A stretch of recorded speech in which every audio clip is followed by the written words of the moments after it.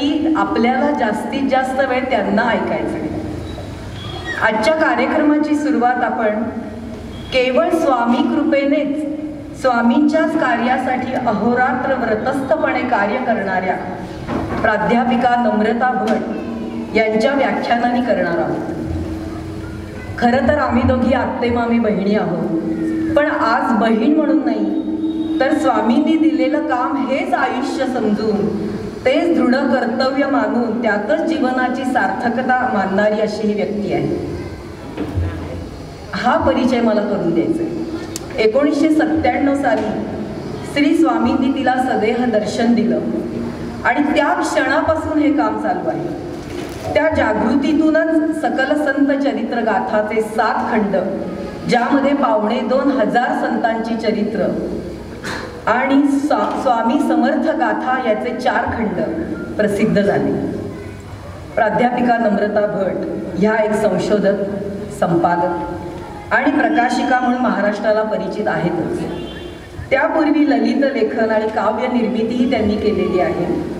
स्वामी समर्थ गीत गाथा तसंच ओवी ते अंगाई असे बोधप्रद सांगीतिक कार्यक्रमही त्या करतात. मला अनेक लोक भेटतात आणि विचारतात की ही एकटी व्यक्ती, एकटी बाई 10 माणसांचं काम कशी काय करू शकते. तर त्यांना म्हटलं, अहो हीच तर स्वामी कृपा आहे. सुंदर सुवाच्य लेखन शैली सर्वच वाचकांना भावलेली आहे. एकाच व्यक्तीमध्ये सतत भ्रमंती, वाचन, लेखन, छायाचित्रण, वक्तृत्व अशी अफाट गुणसंपदा असल्यामुळे श्री स्वामींनीच या कार्यासाठी त्यांची नियुक्ती केली असणार. त्यामुळे स्वामींच्या आज्ञेनी, प्रेरणेनी आणि मार्गदर्शनामुळे कॉलेजची प्रोफेसरशिप सोडून त्यांनी या कार्याला वाहून घेतलं. त्यांच्या कार्याचं वैशिष्ट्य असं आहे की अक्कलकोटमध्ये 22 वर्षांचा काळ स्वामींचा कसा होता हे सगळ्यांनाच परिचित आहे. पण विविध रूपामध्ये त्यापूर्वी 650 वर्ष या भूतलावर झालेले स्वामींचं विचरण, त्यांचे शिष्य प्रशिष्य, शेकडो मठ, असंख्य कृपांकित घराणी आणि अनेक प्रवचनं अशी मौलिक कामगिरी सुरू आहे. गेली 44 वर्ष अहोरात्र हे काम चालू आहे. त्या प्रित्यर्थ त्यांना अनेक मानसन्मान, पुरस्कार मिळालेले आहेत. त्यावर कळस जो चढला तो श्री वटवृक्ष स्वामी महाराज देवस्थानचा स्वामी चरणप्रसाद हा सर्वोच्च सन्मान. आता प्रत्यक्ष आपण त्यांनाच ऐकूया. प्राध्यापिका नम्रता भट यांना मी विनंती करते की स्वामीविषयीचे अवतार महात्म्य, अनुभव, त्यांचे मौलिक विचार आणि तत्वज्ञान याविषयी त्यांनी आपल्याशी बोलावं.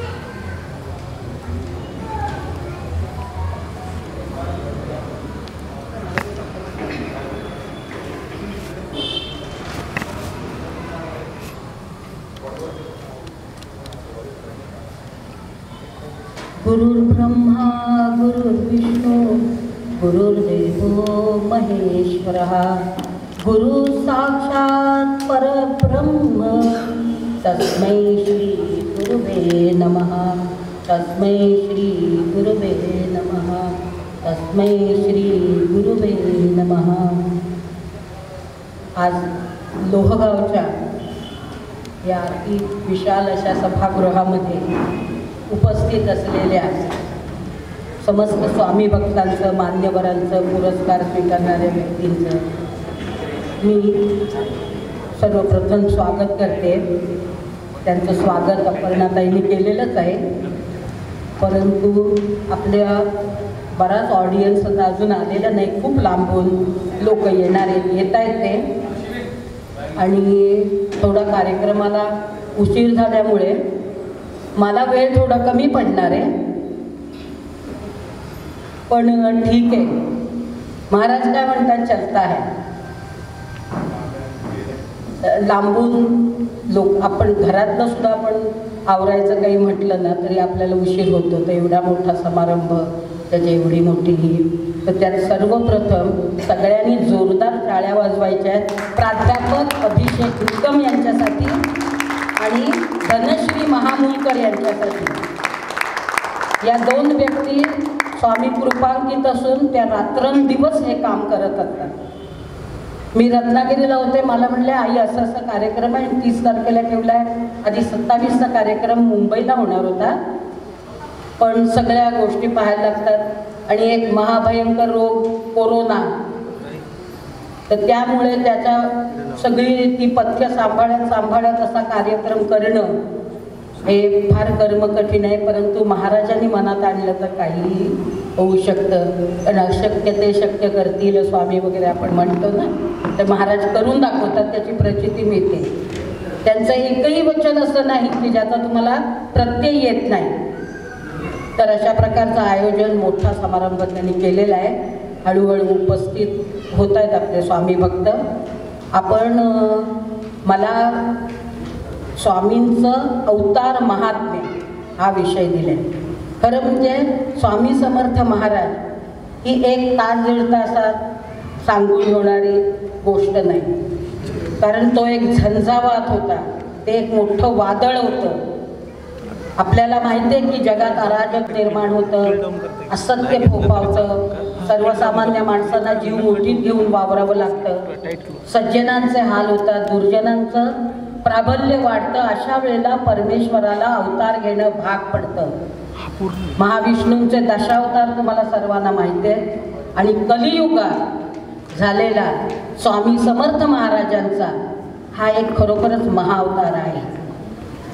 त्यांचं गणगोत काय, त्यांचे माता पिता कोण, त्यांनी वेदाध्ययन कुठे केलं, त्यांचे गुरु कोण, अशा कितीतरी गोष्टी अजूनही अज्ञात आहेत.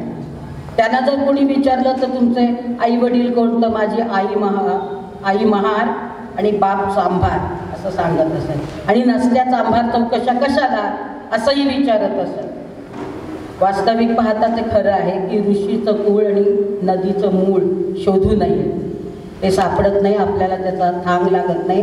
कारण आपली दृष्टी, आपली कुवत, आपली क्षमता फार कमी असते, आणि आपल्यापेक्षा सहस्रपटीने ही माणसं मोठी असतात.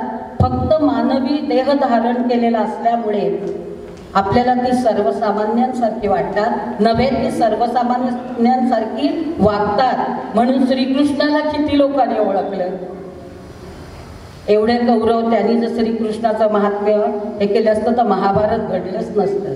परंतु नाही, काही काही गोष्टी विधिलिखित असतात, त्या अटळ असतात. स्वामी समर्थ महाराज अक्कलकोटला 22 वर्ष राहिले.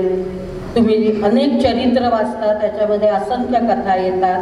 तत्पूर्वी 5 वर्ष ते सोलापूरला होते, तत्पूर्वी 3 वर्ष ते मोहोळला होते, तत्पूर्वी 12 वर्ष ते मंगळवेढ्यात होते, आणि तत्पूर्वी 25 वर्ष ते मुंबईत होते. आता स्वामी समर्थ महाराज मुंबईत होते ह्याचा उल्लेख महाराजांच्या हयातीत किंवा त्यानंतर लिहिल्या गेलेल्या कुठच्याही चरित्रात तुम्हाला आढळत नाही. पुणे वैभव या साप्ताहिकाचे आपल्याला आभार मानायला पाहिजे की पुणे वैभव साप्ताहिकामध्ये महाराज हयात असताना किंवा त्यांच्या अखेरच्या कालखंडामध्ये क्रमशः महाराजांच्या गोष्टी छापल्या जात असत. आता ते पुस्तक रूपानेही प्रसिद्ध झाले. त्या पुस्तकामध्ये असे अनेक उल्लेख आम्हाला आढळतात की जे जुन्या कोणत्याही चरित्रामध्ये नाही. वामनबुवांचं गुरुलीलामृत आहे, 100% चांगलं आहे, त्याच्याबद्दल वाद नाही. किंवा जुनी जी चरित्र महाराजांच्या काळात लिहिली गेली त्यामुळे आपल्याला खूप गोष्टी कळल्या. परंतु महाराजांचं जेवढं चरित्र आपल्याला माहिती आहे ना, त्याच्या कित्येक पटीने अजूनही अज्ञात आहे. मी गेले 38 वर्ष रात्रंदिवस माझ्या मनामध्ये महाराज, त्यांची भारत भ्रमंती, त्यांचे शिष्य, त्यांचे प्रशिष्य, हेच घोळत असतं. कुणी काही सांगितलं की तिथे मैलोनमैल जायचं, कॅमेरा घेऊन जायचं, प्रवास करायचा, एसटीने जायचं, रेल्वेच्या सेकंड क्लासने जायचं, कसंही जायचं, ते स्थान आधी पाहायचं. तिथल्या काही बुजुर्ग व्यक्तींना भेटायचं, वयस्कर व्यक्ती असतील, तिथले रिटायर्ड प्रोफेसर असतील, तिथून निघणाऱ्या एका मासिकाचे संपादक असतील कोणी, त्यांना बऱ्याचशा गोष्टी माहिती असतात. अशी माहिती गोळा करणं, परंतु हे काम खूप कठीण आहे. कारण लोकांना आपण तुम्ही विचारलं काल दुपारी तुम्ही कुठची भाजी खाल्ली होती, आपल्याला आठवत नाही. ज्या माणसांना कालचं आज आठवत नाही, तर 150-200 वर्षापूर्वीच्या घटना कशा शोधून काढायच्या.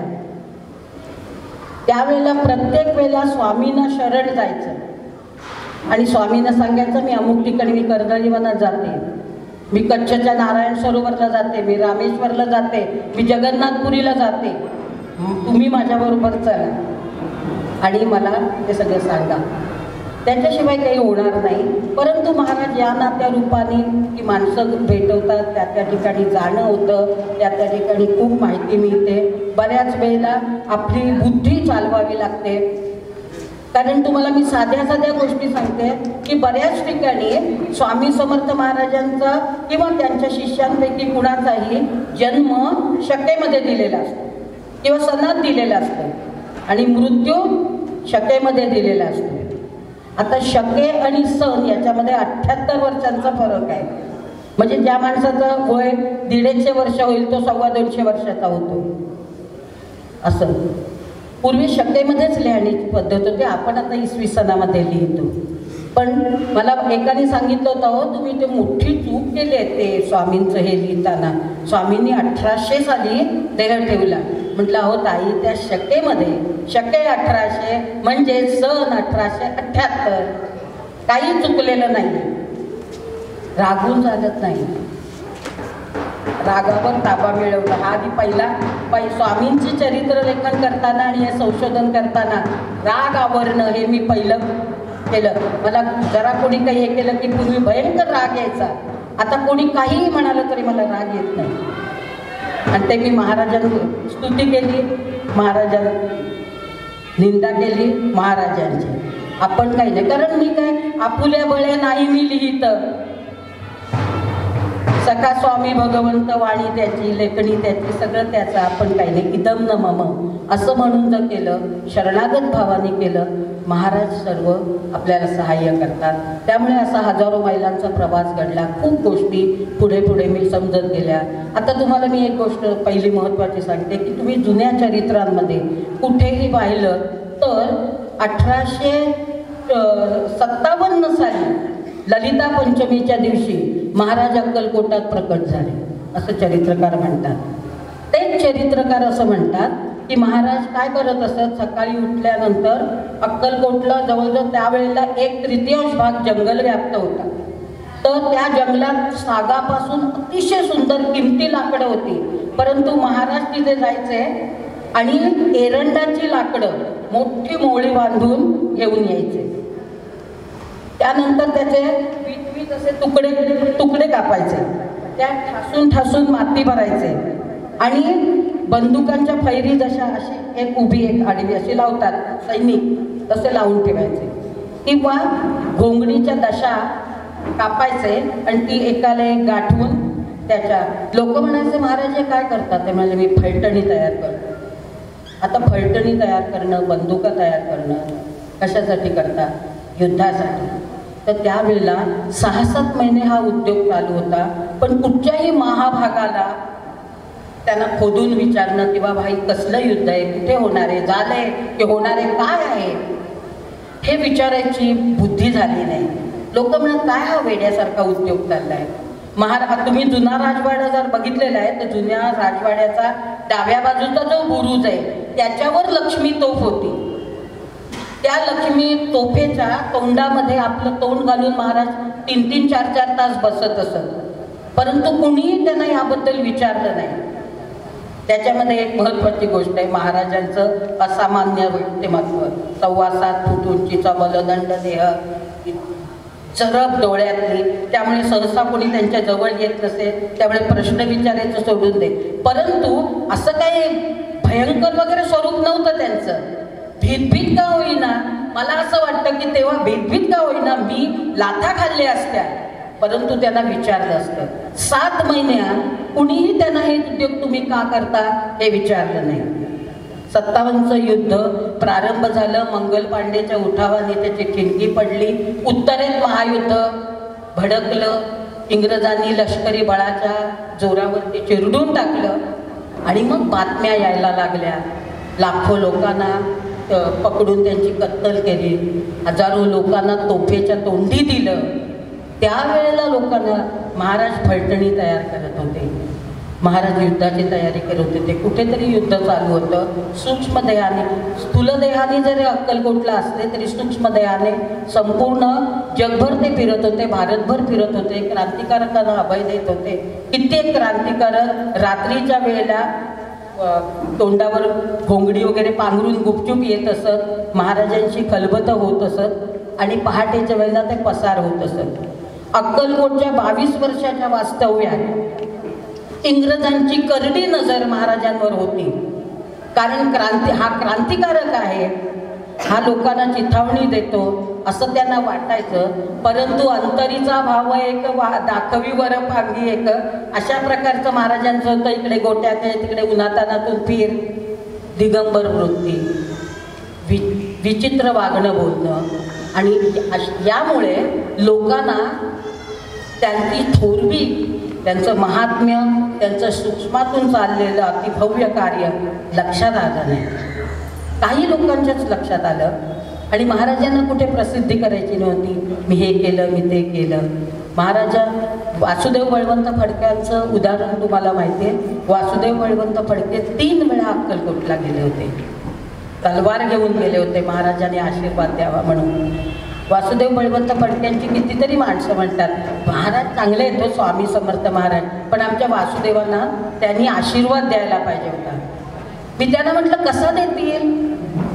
महाराजांना माहिती होतं की आजपासून 90 वर्षांनी आपल्याला स्वातंत्र्य मिळणार आहे.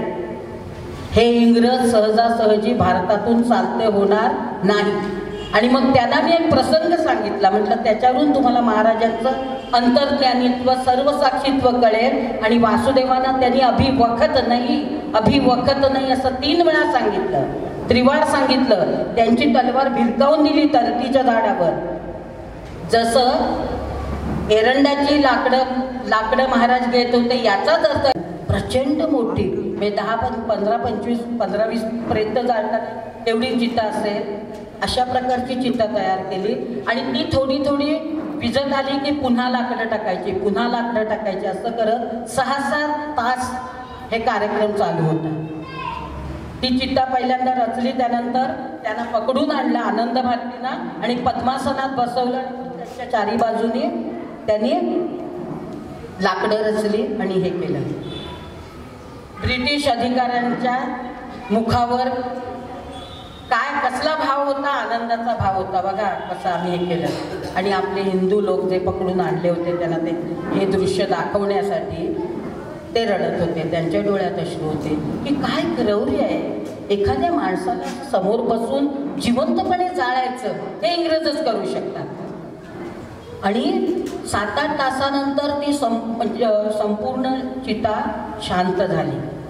आणि कनिंगहॅम आणि सगळे इंग्रज टाळ्या वाजवून वगैरे असे वळणार, तेवढ्यात त्या चितेतून आनंद भारती उभे राहिले.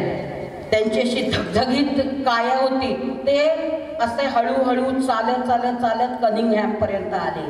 एक त्याच्या खाडकन मुस्कुटात मारली आणि त्याला सांगितलं की आजपासून 90 वर्षांनी तुम्हाला इथून तोंड काळं करावं लागेल. मला 90 मण लाकडात जाळतोस काय असं म्हणाले. आता ती जी लाकडं येत होती त्याचा हिशोब त्यांनी कसा केला तो त्यांना माहिती. ते अंतर्ज्ञानी होते. लाकडं येऊन पडत होती, चिता प्रज्वलित होत होती, विजत आली की पुन्हा. तर ते 90 मण लाकडं आणि 90 वर्षांनी तुम्हाला तोंड काढावं लागलं. 1857ची ही गोष्ट आहे. वासुदेव बळवंत फडके त्यानंतर 10-15 वर्षांनी स्वामींकडे गेले. परंतु स्वामी नाही, म्हणजे त्यांनी 90 वर्षांनी स्वातंत्र्य मिळेल हे भाकीत आधीच केलं होतं. ते वासुदेवांना कसा आशीर्वाद देणार. अशा खूप गोष्टी आहेत, परंतु आपण नीट वाचन करत नाही. नीट लेखन करत नाही. माझी तर सगळ्या स्वामी भक्तांना अशी विनंती आहे की स्वामींचं चरित्र जाणून घ्या. आम्ही स्वामी भक्त आहोत. आम्ही एक बाई म्हणाल्या, आम्ही स्वामींची इतकी भक्ती करतो, आमचं सगळं कुटुंब स्वामीमय आहे, पण माझ्या मिस्टरांना कॅन्सर झाला, अमुक झालं तमुक झालं. आणि मग म्हणाल्या नाही ते हे होतं, शेवटची स्टेज होती, आम्हाला किमोथेरपीला वगैरे जायचं होतं, आमच्या हातात पैसा नव्हता, परंतु ते म्हटलं ही स्वामींची कृपा आहे. किमोथेरपी किती क्लेशकारक असते, तुमचं जाणं येणं, पैसा अडका, आणि त्याला आनंदाने मृत्यू आला बसल्या बसल्या. म्हणजे त्यांना काही औषधं खावी लागली नाही, इंजेक्शनं टोचावी लागली नाही. यापेक्षा दुसरं काय हवं? मी म्हटलं तुम्हाला नुकताच तुम्ही शोकामध्ये आहात, थोडे दिवसांनी माझं म्हणणं तुम्हाला पटेल. मग 5-6 महिन्यांनी त्या बाईंचा फोन आला. म्हणजे तुम्ही म्हणालात ना, त्याच्यावर मी खूप विचार केला आणि म्हटलं जन्म मृत्यू हा सत्पुरुषांच्या हातात नसतो, ते सृष्टीचं सगळं आहे. आणि जन्म मृत्यूच्या त्या फेऱ्यामध्ये साधू पुरुषही ढवळाढवळ करत नाही. आता स्वामी समर्थ महाराजांनी केलेली उपाययोजना, औषध योजना, ह्याच्यावर 1-2 तास मी प्रवचन देऊ शकते, इतकं मटेरियल माझ्याकडे आहे. म्हणजे महत्त्वाचं असं की हे साधू पुरुष जे असतात ना, एखादा माणूस समोर आला की त्याचं दुःख, दैन्य, संकट सगळं हरण करू शकत असत केवळ केवळ संकल्पाने किंवा एका दृष्टीच्या कटाक्षात, परंतु ते तसं करत नाही. आणि महत्त्वाचं असतं की एखादी व्यक्ती आजारी आहे ना, मग तो अमुक घे, कडुनिंबाचा पाला घे, काळं मीठ ते गुळात घालून ते घे, मधामध्ये घे, कडुनिंबाचं लाकूड, पाणी में घिसकर लेना वगैरे काय काय काय काय. इथे सरदार रास्ते, श्रीमंत रास्तेबाई, त्यांची भाची होती, 7-8 वर्षाची मुलगी, आणि तिचं लग्न तेव्हा लवकर लग्न होत असत ना, बालविवाह होत असत, आणि ती गेली सासरी, आणि त्या मुलीला दिसेना असं झालं, दोन्ही डोळ्याने दृष्टी गेली. पाण्यासारखा पैसा खर्च केला, परंतु दृष्टी येईना. मग रास्तेबाईंना स्वामींचं नाव कळलं, ते आपल्या भाजीला घेऊन अक्कलकोटला गेल्या. आणि मग त्या मुलीने, छोटी मुलगी, 9वारी साडी नेसलेली, एवढीशी 9 वर्षाची, महाराजांना नमस्कार केला आणि तिला म्हणाले, तू काय करती, म्याव म्याव करत जाते ना, तिचं दूध 7 दिवस डोळ्यात घाल, तुला दृष्टी येईल. मग त्यांनी ते बरं म्हटलं. मग तिथे काय महाराजांची पाद्यपूजा, समाराधना वगैरे घालून रास्ते बाई पुण्यात आल्यानंतर त्या मांजरीचं दूध काही लोकांना मूतही घालायला सांगितलंय, दूध 7 दिवस डोळ्यात घातल्यानंतर मुलीची दृष्टी आली. मांजर का? तर मांजर हा असा प्राणी आहे की ज्याला रात्रंदिवस दिसतं, काळोखातही तिला स्पष्ट दिसतं, डोळे जाम पॉवरफुल असतात, म्हणून मांजराला वाघाची मावशी म्हणतात ना. दृष्टी तिची तीक्ष्ण, अतिशय तीक्ष्ण असते. आणि चोरून दूध जेव्हा पिते ना, तेव्हा डोळे मिटून घेते ना, आपले स्वतःचे, तिला वाटतं जगाचे डोळे मिटलेलेच आहेत असं. तर म्हणून ते मांजरीचं आहे. असे असंख्य कारण काय, आपण असं म्हणतो ना की असं झालं, मग त्याला आम्ही हे उपाय केले, त्यामुळे मला बरं वाटलं. आता गजांत लक्ष्मीचे सरदार असलेले राजे रायरायन, हैदराबादचे निजामाचे सरदार, लाखो रुपयांची प्रॉपर्टी, कितीतरी एकर जमीन, आणि अतिशय श्रीमंत. इथलं आपल्या महाराष्ट्रातले भालेराव हे कुटुंब तिकडे गेलं, आणि राजे रायरायन ही त्यांना पदवी मिळाली, राजांचे राजे. अजूनही हैदराबादला राजांची बाग म्हणून तो भाग सगळा प्रसिद्ध आहे. तर त्यांना राजयज्ञाची बाधा झाली, आणि त्या संबंध बाधा किंवा भूतपिशाची बाधा असंही म्हणा तुम्ही. त्यांनी ते इतके बेजार झाले तर ते संपूर्ण भारतभर सगळी तीर्थक्षेत्र फिरले. मग गाणगापूरला आले, आणि गाणगापूरला त्यांना दृष्टांत झाला, ते अक्कलकोटला जा, अक्कलकोटला महाराजांची भेट घे, तुमची सगळी दुःख तिथे हरण होती. मग राजे आले. मग शंकरराव राजेंना त्यांचा मृत्यूही समीप आला होता, परंतु लाख मरो पण लाखांचा पिंडा झाला पाहिजे. त्यामुळे स्वामी समर्थ महाराज राजे रायरान जेव्हा अक्कलकोटला आले, ते वटवृक्ष देवस्थानात आले, आणि स्वामी तेव्हा दर्ग्यावर बसले होते, आणि दर्ग्यावर तिथे समोरच एक छोटासा खड्डा होता. आता 7.25 फूट उंचीचं महाराजांचं देह, पण ते असे हे करून 3-4 तास बसले होते. सगळे लोक महाराजांना शोधत होते. तर ते सूक्ष्म रीतीने त्यांचं काही कार्य चाललेलं असेल. राजे रायरान यांना शतायुष्य मिळावं, दीर्घायुष्य मिळावं, त्यांचं काही हे असेल तसं.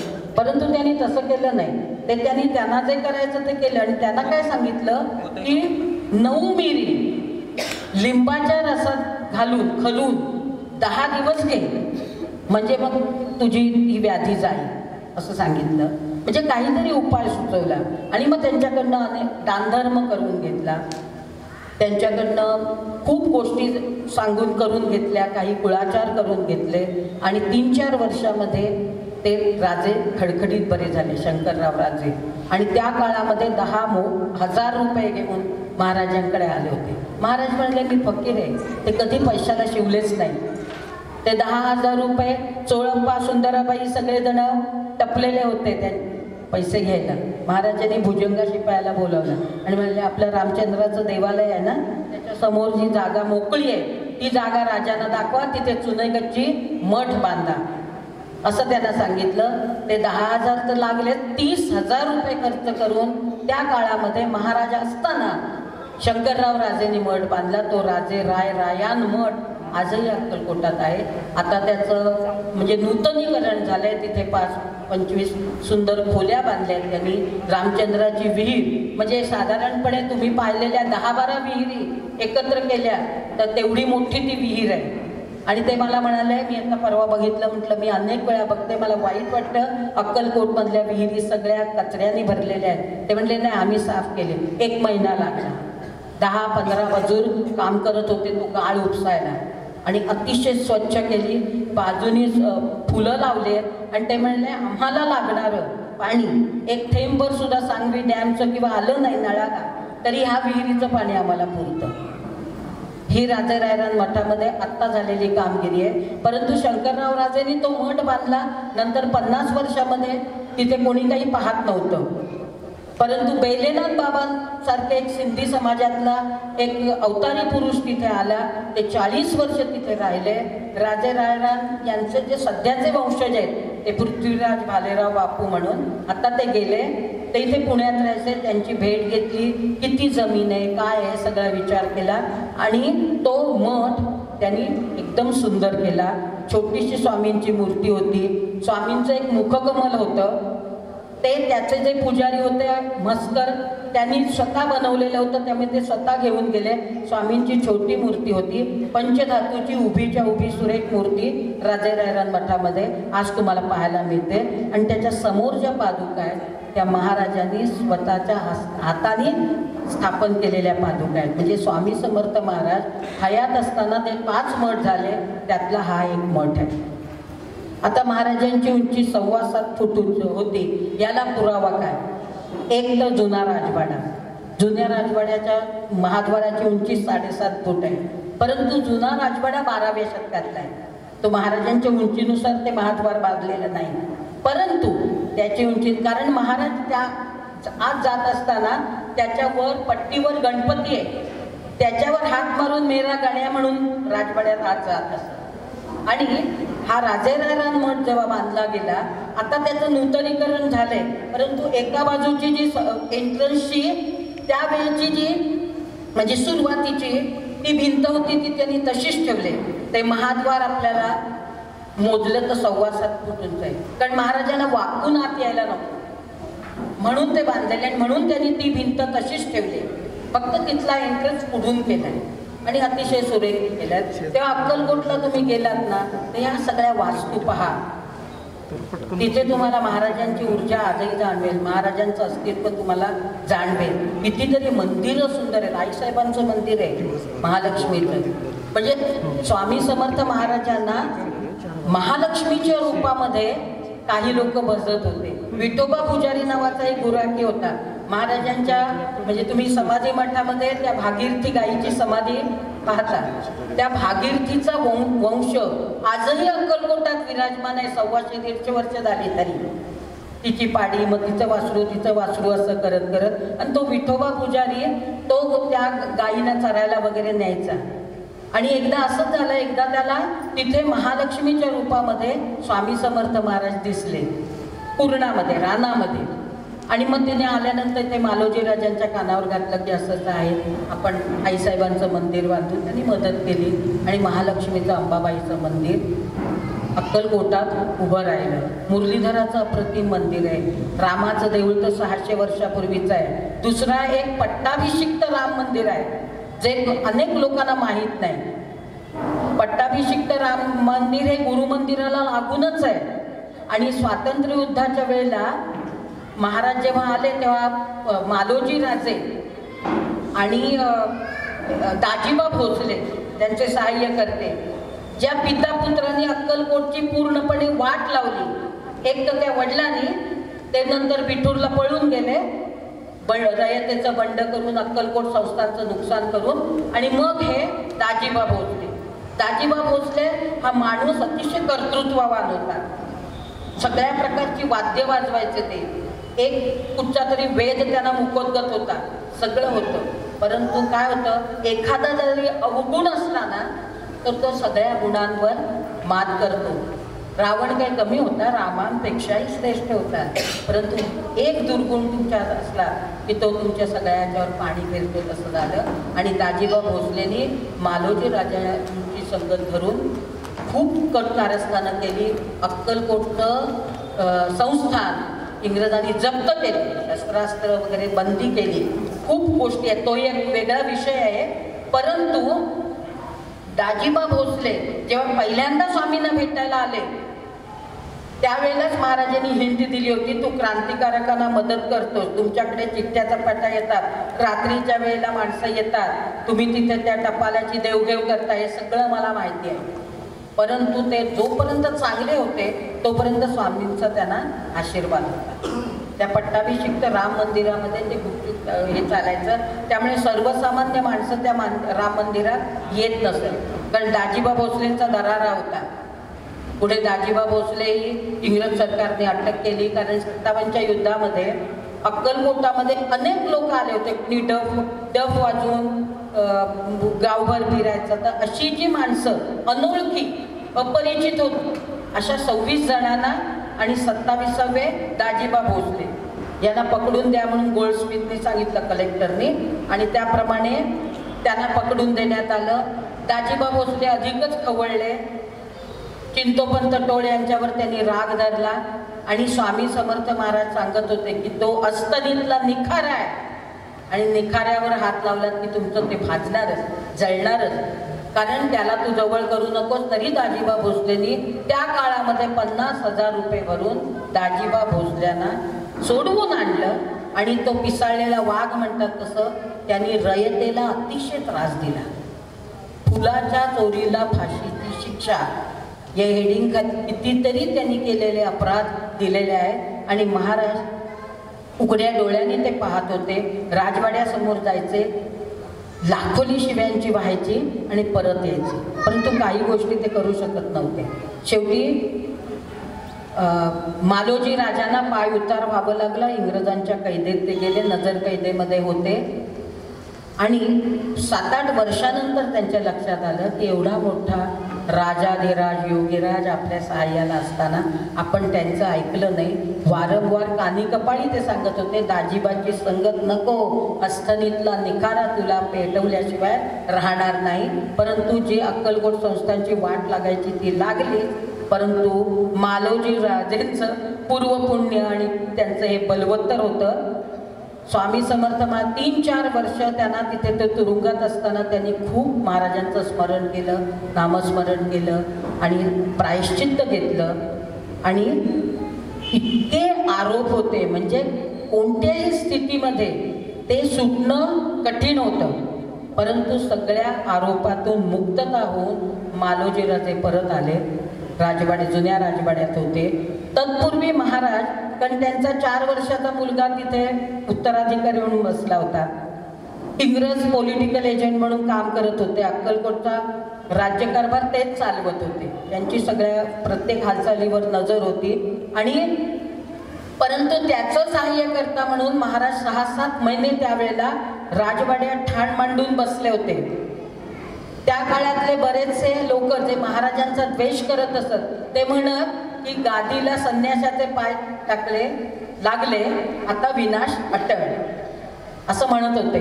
परंतु काही लोकांना ते आवडत नव्हतं, पण कोणी काही बोललं नाही. परंतु मालोजी राजे सही सलामत सुटून परत आले. आता तुझं राज्य तू सांभाळ असं म्हणून त्या क्षणी महाराज म्हणजे मालोजी राजांनी राजवाड्यात एंट्री केली आणि महाराज तिथून बाहेर पडले.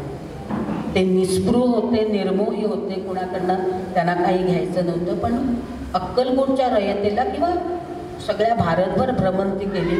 तिथल्याही लोकांना त्यांची थोरवी, त्यांचं अवतार महात्म्य, त्यांचं हे बऱ्याच लोकांना कळलंच नाही.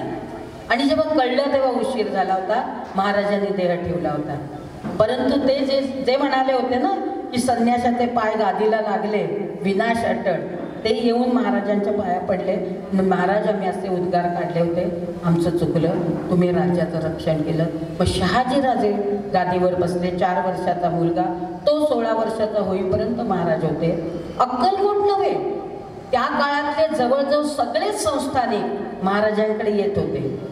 जमखंडीचे आप्पासाहेब पटवर्धन, त्यांची महाराजांनी मुक्तता केली. सगळ्या संस्थानिकांच्या सरदार, दरकदार, राजे सगळे महाराजांकडे येत होते आणि महाराज निस्वार्थपणे त्यांना सगळ्या प्रकारचे सल्ले देत होते, त्यांना सोडवत होते. त्यांची काही संकट असतील ती त्यांच्या परीने दूर करत होते. एक माणूस 100 माणसांचं काम ॲट ए टाईम करत होता, बिन बोलत. महाराज कोणालाही काही सांगायचं असेल तर एकाच वाक्यात बोलत. ते असे 5-25 वाक्यांचे डायलॉग बोलत नसत. भजावे एकाच देवास, उतावळा सो बावळा, धीर सो गंभीर, कष्ट करावे, शेत पिकवावे आणि पोटापुरते खावे, मुंगी होऊन साखर खावी. महाराजांच्या एक उद्गाराबद्दल 2-2 तास बोलता येईल इतकं त्यांनी सांगण्याचं. त्यांच्या कृतीतून सगळं. एक कर्नाटकमधला एक ब्राह्मण आला होता, त्याची बायको स्वामींची भक्त होती आणि कांदा लसूण वगैरे खायचं नाही असं. तर ती म्हणाली तिथे गेल्यानंतर काही बोलू नका, महाराजांना नमस्कार करा आणि या. हा जेव्हा आला त्यावेळेला महाराज नेमके कोणतरी एक शेतकरी आला होता, त्यांनी भाजी भाकरीचंही आणलं होतं. महाराज मुद्दाम जाऊन बसले त्याच्यासमोर आणि कांदा होता त्यांनी घेतलेला हातात ना, तो असा ठेचला आणि त्याच्याबरोबर गप्पा मारत मी लक्ष केलं आणि त्याच्याबरोबर खात बसले. आता ह्याला कांद्याचा तिटकारा आणि महाराज कांदा खाताना बघ त्याला पाठच्या पावली परत गेला आणि ती म्हणाली झालं का दर्शन? म्हणले कसले तुझा तो महाराज कांदा खात होता, अमुक होता. पण तुम्हाला मी आधीच सांगितलं होतं, कशाला गेलात तुम्ही? दुसऱ्या दिवशी सकाळी उठून सुचिरभूत होऊन स्नान करून देवघरात जेव्हा गेला ना तेव्हा सगळीकडे शाळीग्राम आणि कापलेले कांदे सगळ्या देवघरभर पसरले होते. ते बघून त्याचं डोकंही झालं आणि तो बाहेर आला धावत. बायको म्हणाली काय झालं? ती म्हटली सगळीकडे कांदेच दिसत आहेत, सगळीकडे कांदेच दिसत आहेत असं. आणि त्या एका कांद्याच्या मध्ये महाराजांची प्रतिमा त्याला दिसली. महाराजांचं असं म्हणणं होतं की निसर्गामध्ये कोणतीही अशी गोष्ट नाही जी निरर्थक आहे. पूर्वी आदिमानव होता, त्याला शेपटी होती, ती शेपटी गळून पडली, त्याची आवश्यकता नाही म्हणून. तसले शेपटीवाले थोडे लोक राहिले आणि आता आपल्याला शेपटी नसली तरी वानर म्हणून बरेचसे वावरतात, ती सोडून द्या. परंतु ज्याची आवश्यकता नाही, आता तण उगवतं शेतामध्ये, परंतु ते तण गुरांना चारा म्हणून होतं. निरर्थक कोणतीही गोष्ट नसते. आणि कांदा किंवा लसूण काय, कोणतीही गोष्ट आपल्याला आवडते म्हणून ती अवाच्या सव्वा खाणं हे नाहीच आहे, ही विकृतीच आहे. संस्कृती घासामधला घास अतिथाला द्यावा, घास मात्र फराळ करावा असं सांगते.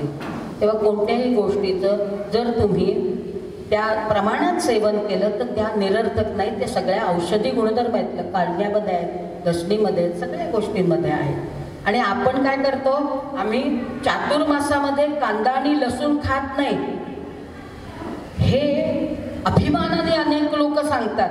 चातुर्मासामध्ये अन्य किती गोष्टी वाईट करत असतील ज्याच्यामुळे लोकांचं मन दुखतं, कुणाची निंदा करणं हे करत असतील, परंतु कांदा लसूण आम्ही खात नाही म्हणजे जे कांदा लसूण खातात ते किती पापी आहे अशा प्रकारचा आविर्भाव असतो त्यांचा. कशासाठी? महाराजांनी कोणताही आविर्भाव केला नाही. जुने चरित्र तुम्ही वाचलीत ना तर मला पण असंच वाटायचं सारखे काय रागवलेलेच असत काय महाराज, पण रागवले आलेल्या लोकांना शिव्या देत असत. मग अशाच प्रकारचं एक चित्रीकरण महाराजांच्या संदर्भातलं जुन्या चरित्रांमधून येतं. एका कुठचीही व्यक्ती असेल कायम रागवलेली नसते. महाराज सुद्धा, कारण ते त्रिकालज्ञानी होते. समोर एखादी व्यक्ती आली की तिचं भूत भविष्य वर्तमान ते जाणत असत आणि जर चांगलं कोणी असेल तर ते आनंदाने हसत त्याचं स्वागत करत. एक बाई म्हातारी होती, तिच्याजवळ पैसा अडका नव्हता. महाराजांना अक्कलकोटला जाऊन महाराजांना छान सुग्रास नैवेद्य करायचा आणि तो त्यांना दाखवायचा आणि ते आणि आपण असं जेवायचं असं तिच्या मनात होतं. आली अक्कलकोटला, तिने काही न बोलता महाराजांनी सांगितलं हिला मूत खाण्यात द्या, तिला काय हवं असेल ते जिन्नस द्या, तिला रांधू दे. ती 7-8 दिवस होती, रोज स्वयंपाक करायची पुरणपोळीपासून छान महाराजांना, आणि बाकी कोणाला नाही. चोळप्पा म्हणायचा मला 2 घास द्या, नाही महाराजांनी ती महाराज समोर ती त्याच्या समोर बसून 8 दिवस राहिली. जाताना वाटकरचा पुरते पैसे दिले, बाई निघून गेली. दुसरी एक म्हातारी होती, बडोदेहूनच आलेली होती, पण तिचं सोवळं ओळं कडक, अगदी कुणी काही शिवणार नाही कोणी हे करणार, आणि महाराजांचं सोवळं ओळं तुम्हाला माहिती आहे. तर ती स्वयंपाक वगैरे करायची आणि महाराज त्यावेळेला महाराज एका ठिकाणी मुळीच बसत आणि म्हणाले भोसडीचीला शोधू दे म्हणून सगळ्या गावभर फिरत. ती ताट घेऊन स्वयंपाक म्हणजे प्रसादाचं ताट घेऊन महाराज इथे असतील, मुरलीधर मंदिरातून साखरबावडी तिकडे दर्ग्यावर जा असं ती दिवसभर अक्षरशः फिरत होती. आणि त्या तेवढ्यामध्ये आपल्याला कोणी शिवणार नाही याचीही काळजी घेत होती. शेवटी अखेरीस त्यांना त्या आईसाहेबांच्या मंदिरामध्ये महाराज दिसले. तिने सुटकेचा निश्वास टाकला आणि महाराजांच्या पुढे ताट ठेवलं. दमली होती, घामाघूम झाली होती. महाराज म्हणले आम्ही शिवाशिवीचं अन्न खात नाही, आम्ही सोहळ्याचा स्वयंपाक खातो. तोपर्यंत अनेक लोक तिला भेटून गेले. तर अशा प्रकारचं झालं आणि महाराजांनी तिला उपदेश केला की कसलं सोहळं ओळं, सोहळ्या ओळ्या मागे स्वच्छता आहे. कारण जो तुम्ही सोहळं नेसता ते महिन्या 2-2 महिन्यात धुवत नसाल तर ते कसलं सोहळं. सोहळं ओवळं शुभ अशुभ असं काहीही नसतं. कारण आपण नाव दिले आज सोमवार, उद्या मंगळवार, अमुक तमुक. जगाचं तुम्ही हे जर खगोलशास्त्राच्या दृष्टीने विचार केला तरी सूर्य उगवतो मावळतो, उगवतो मावळतो. तो सृष्टीचा नियम येतो, त्यानुसार होतं. असं कधी होत नाही आज सूर्य उगवलाच नाही कमाल झाली बाई, नाही, उगवतो. सृष्टीचं चक्र अतिशय व्यवस्थितपणे अव्याहतपणे चालू असतं. एकही चूक त्यांची होत नाही. आपणच वारंवार त्याच चुका पुन्हा करतो. महाराज स्वामी भक्तांना मला एका बाईने विचारलं महाराजांची उपासना कशी करायची हो. म्हटलं आपण चांगलं वागायचं, आपण खोटं बोलायचं नाही, आपण आपली जी कर्तव्य असतील ती नीट करायची. तसं केलं ना की तेच महाराजांची उपासना. महाराजांना दुसरं काही नको होतं. त्यांनी कर्मकांडाला तर सदैव विरोध केला.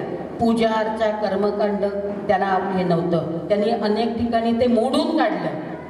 कारण का, आणि होम हवन वगैरे आम्ही दत्तयाग केला, आम्ही चंडीयाग केला, आम्ही अयुत चंडीयाग केला असं माणसं तावातावानी किंवा ह्यांनी सांगत असतात. आम्ही असं केलं मग ते असं, त्याचं पुण्य मिळत नाही तुम्हाला. कर्मकांडामुळे भक्तीचा लोप होतो.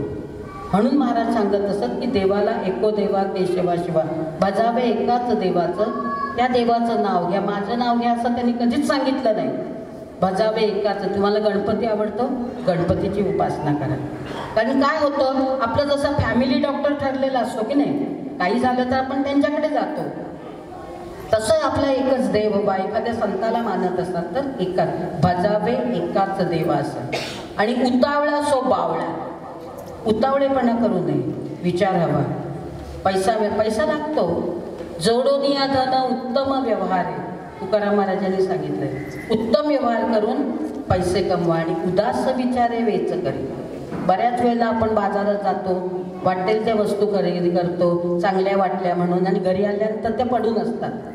मग ते कोणाला अगं मी घेतलं होतं, आता मला नको आहे, देऊन टाकायचं. घेतलंसच कशाला? आम्हाला कर्ज झालं, आम्हाला अमुक झालं. बरेच लोक म्हणतात कर्ज झालं, आता काय होते, कसं फिटणार. म्हटलं कर्ज केलं कोणी, कशासाठी? ऋण काढून सण करू नका. महाराजांनी पावलोपावली उपदेश केला. ज्याने तो घेतला ते सुखी झाले. आपण स्वामी भक्त आहोत असं म्हणतो, परंतु स्वामींच्या उपदेशानुसार वागत नाही. आळशी माणसाचं तोंडही बघू नये असं ते सांगत असत. 12व्या शतकापासून आलेल्या संतांनी जो उपदेश केला तोच महाराजांनी केला. त्यांनी काही वेगळं केलं नाही. अहो पण समाज सुधारतोय कुठे? आता विश्वात्मके देवेसारखे पसायदानाची विश्व प्रार्थना करणाऱ्या ज्ञानेश्वरांच्या जोळीमध्ये लोकांनी दगडच घातले, भिक्षा घातली नाही. तोच इतिहास 12व्या शतकापासून आजपर्यंत ते माणसं सुधारत नाहीत. जे सुधारत नाहीत ते म्हणजे लोक, अशी आता धर्माधिकारी व्याख्या केली.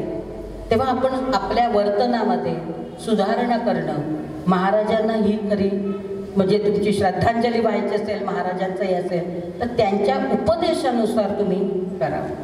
हिशोब ठेवावा असं ते म्हणत. बाळप्पा महाराज आपले हे करत होते, परंतु हिशोब असावा असं महाराज नेहमी सांगत. कुठच्याही गोष्टीचा हिशोब असावा.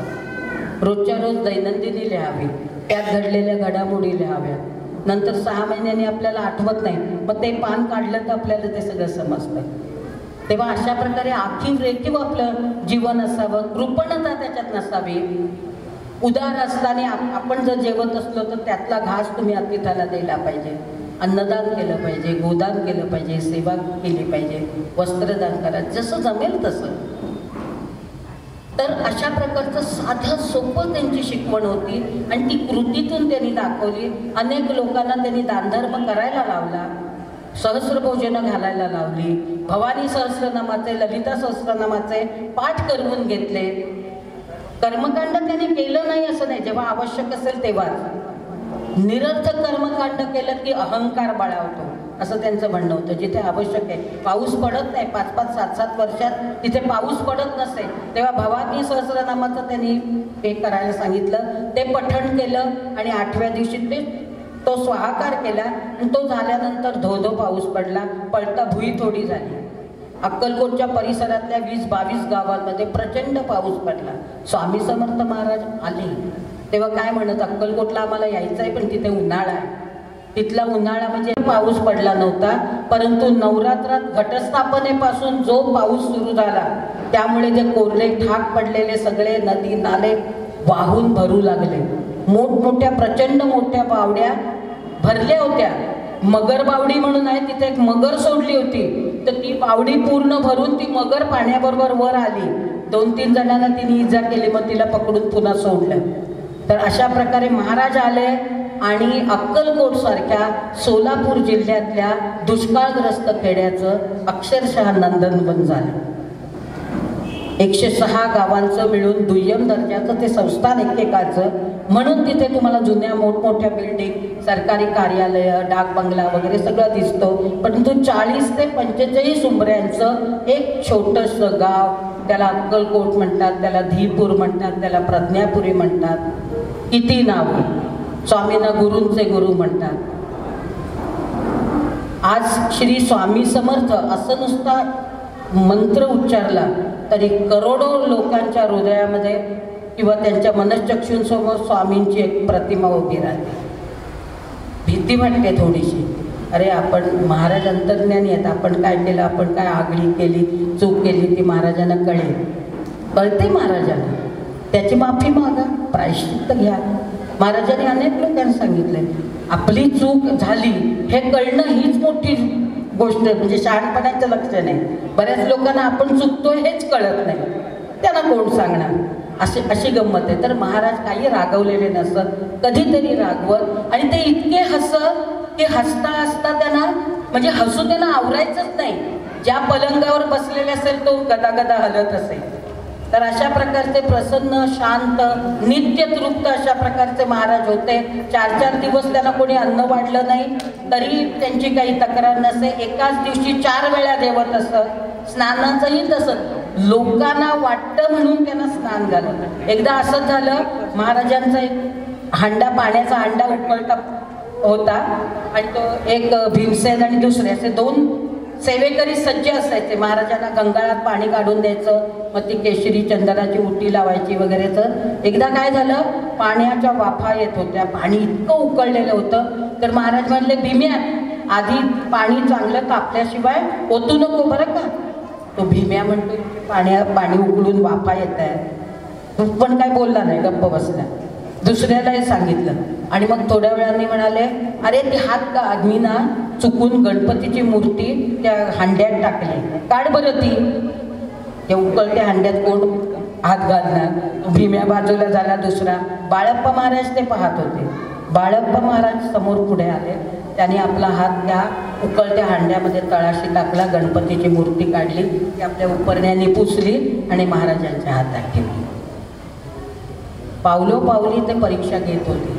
त्यांच्या कसोटीला जो उतरला, बाळप्पा महाराजांसारखा शिष्य, सेवेकरी सापडणार नाही.